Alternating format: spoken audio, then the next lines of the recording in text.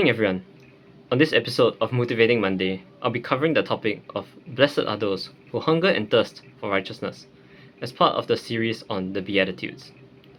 So let's first look at the reference verse in Matthew chapter 5, verse 6. Blessed are they which do hunger and thirst after righteousness, for they shall be filled.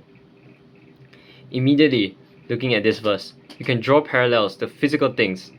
When you're hungry and thirsty, you want to eat something, drink something, and so you will go out to buy something, order it online, or cook for yourself. All these actions require effort of some kind and the availability of resources. And people in extreme poverty don't get this guarantee of food and water, especially in less developed countries. However, the Bible clearly states here that those that crave for righteousness will be filled. What is this righteousness that is so freely accessible? Who is providing that guarantee? Well, Jesus answers both of these things in another place. Let's look at Jesus and the Samaritan woman in John chapter 4, verses 6 to 42. We can see that in verses 13 to 14, Jesus says a very similar thing to the Beatitude. Whosoever drinketh of this water shall thirst again, but whosoever drinketh of the water that I shall give him shall never thirst, but the water that I shall give him shall be in him a well of water, springing up into everlasting life. Once again, a guarantee of being filled.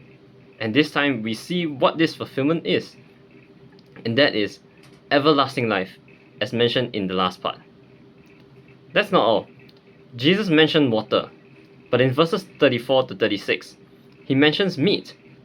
Verse 34, my meat is to do the will of him that sent me, and to finish his work. And going down to verse 36, and he that reapeth receiveth wages, and gathereth fruit unto life eternal. Once again, we see that being filled is to have the promise of eternal life. And Jesus also answers what righteousness means here. That is, to do the will of him that sent him, and to finish his work. In other words, obeying God and keeping his commandments. If we cross-reference other verses, we see that this concept is brought up so many times. Matthew 19 verses 16 to 17, but if thou wilt enter into life, keep the commandments. Luke chapter 10 verses 25 to 28, together with John 14:15. To gain eternal life, one must love God with all thy heart, with all thy soul, and with all thy strength, and with all thy mind, and thy neighbor as thyself. And John 14:15, if you love God, you will keep his commandments. Among many verses that speak about this concept.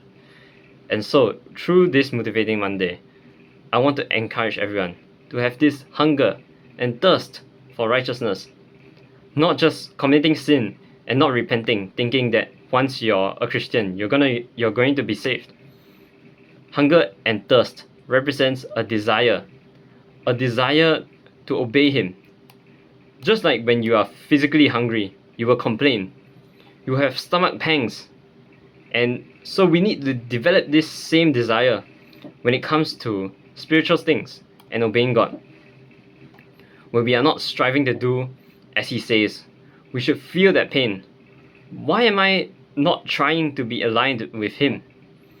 And if we do well in going after righteousness, then the promise of fulfillment awaits us in heaven.